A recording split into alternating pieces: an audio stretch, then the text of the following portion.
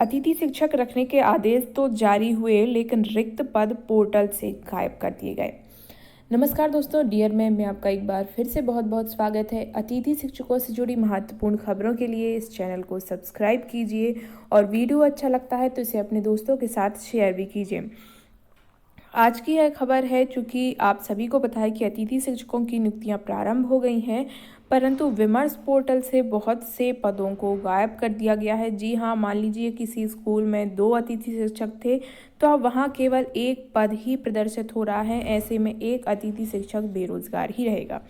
चूँकि सिर्फ आदेश अभी हाई स्कूल और हाई सेकेंडरी स्कूलों में अतिथि शिक्षक रखने को आए हैं, तो वैसे भी प्राइमरी और मिडिल के शिक्षक बेरोजगार ही हैं। किंतु हाई स्कूल में भी बहुत से पद जो है प्रदर्शित नहीं हो रहे, खासकर हिंदी, समाज विज्ञान जैसे विषयों के पद प्रदर्शित नहीं हो रहे हैं, जिससे पूर्व वर्ष में कार्यरत अतिथि शिक्षक परेशानी झेल रहे हैं। इसी से संबंधित यह खबर आई है कि अभ्यर्थियों ने कहा है कि अधिकारियों ने अभी तक विमर्श पोर्टल को अपडेट नहीं किया है, जबकि इस प्रकार की कई शिकायतें सामने आ रही हैं कि जो पद पिछले वर्ष था वह इस वर्ष शो नहीं हो रहा है। चलिए मैं खबर पढ़ के बता देती हूँ। प्रदेश में स्कूल शिक्षा विभाग द्वारा विद्यालयों में अतिथि शिक्षक नियुक्त करने के आदेश तो जारी कर दिए, लेकिन तकनीकी खामियां नहीं सुधारी गईं। आवेदन करने वाले अतिथियों का कहना है कि संस्थाओं में पद रिक्त हैं, लेकिन वह पोर्टल पर प्रदर्शित नहीं हो पा रहे। अतिथि शिक्षक समन्वय समिति के प्रदेश अध्यक्ष सुनील सिंह परिहार ने बताया कि अतिथि शिक्षकों की नियुक्ति आदेश जारी कर दिए, पर विमर्श पोर्टल अपडेट नहीं किया। लगभग 50% पद पोर्टल से गायब कर दिए गए। उन्होंने कहा, ये अतिथि शिक्षक के साथ घोर अन्याय है। प्रदेश के सभी जिलों से प्राचार्य द्वारा नियुक्ति नहीं देने की शिकायतें भी मिल रही हैं। देखिए, कहीं कहीं के प्राचार्य जो हैं नियुक्ति नहीं दे रहे हैं। इस प्रकार की शिकायतें भी जो हैं सामने आ रही हैं। वरिष्ठ अधिकारियों से पत्र लिखकर आग्रह किया गया है कि आदेश का पालन करवाएं। अतिथि शिक्षकों को अनुभव का लाभ देते हुए नीति बनाकर भविष्य सुरक्षित किया जाए।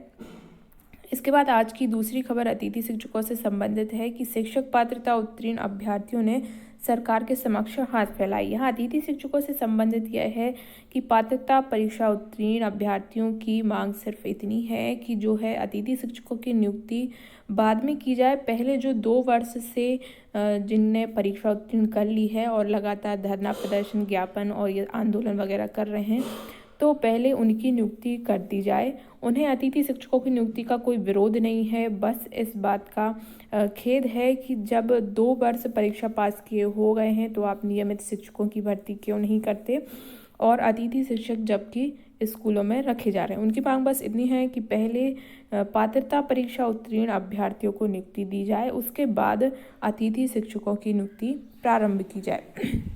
हम आपको बता रहे हैं, प्रदेश में लगभग 70,000 पद रिक्त है, जो कि इससे भी अधिक पद रिक्त हैं। अभी जो डेटा आया था उसके अनुसार 90,000 कुछ पद रिक्त थे, और अभी केवल 30,000 शिक्षकों की, नियमित शिक्षकों की भर्ती के लिए जो परीक्षा हुई थी, उसमें से भी सरकार के द्वारा कहा गया है कि सिर्फ 15,000 शिक्षकों की भर्ती है वो की जाएगी। बाकी 15,000 के विषय में कोई चर्चा नहीं है। तो उनका कहना है, पात्रता परीक्षा उत्तीर्ण अभ्यर्थियों का, कि जो 30,000 पदों पर भर्ती निकाली गई थी, आप 30,000 पदों पर भर्ती कीजिए, उसके बाद अतिथि शिक्षकों की नियुक्ति कीजिए, क्योंकि यह कभी ना कभी तो नियुक्ति होगी ही। एक प्रकार से देखा जाए तो, क्योंकि परीक्षा हुई है, रिजल्ट आया है, तो नियुक्ति तो स्वाभाविक है कि होगी ही। तो ऐसे में मान लीजिए कि किसी अतिथि शिक्षक ने कोई विद्यालय मान लीजिए ज्वाइन कर लिया, अब उसके बाद 1 या 2 महीने बाद नियमित शिक्षक की वहाँ पर नियुक्ति होती है, तो उस अतिथि शिक्षक को वहाँ से हटना होगा, और ऐसे में वह बीच सत्र से जो है बेरोजगार हो जाएगा। तो इसीलिए ये मांग की जा रही है कि पहले जो है नियमित शिक्षकों की भर्ती की जाए और उसके बाद अतिथि शिक्षकों की नियुक्ति की जाए। चूँकि पर्याप्त पद जो हैं रिक्त हैं, बहुत सारे पद हैं रिक्त, तो ऐसे में कोई भी जो है बेरोजगार ना रहे। और यह भी मांग की जा रही है कि प्राथमिक और माध्यमिक विद्यालयों में भी शीघ्र जो है अतिथि शिक्षकों की भर्ती की जाए, क्योंकि हमारा घर हमारा विद्यालय के अंतर्गत कक्षाएं चल रही हैं और पढ़ाई भी हो रही है। तो ऐसे में अतिथि शिक्षकों की स्वाभाविक सी बात है, आवश्यकता है। तो प्राथमिक और माध्यमिक विद्यालयों में भी अतिथि शिक्षकों की भर्ती की मांग लगातार जारी है। तो जैसे ही कोई अपडेट आता है आदिम जाति कल्याण विभाग या प्राथमिक या माध्यमिक अतिथि शिक्षकों की नियुक्ति के संबंध में मैं आपको सबसे पहले अपडेट दूंगी। तो उसके लिए आपको सबसे पहले तो इस चैनल को सब्सक्राइब कर लेना है, घंटी का बटन दबाकर ऑल सेलेक्ट कर देना, ताकि मेरे वीडियो का नोटिफिकेशन आप तक पहुंच सके। और वीडियो अच्छा लगा हो तो इसे लाइक ज़रूर कीजिए।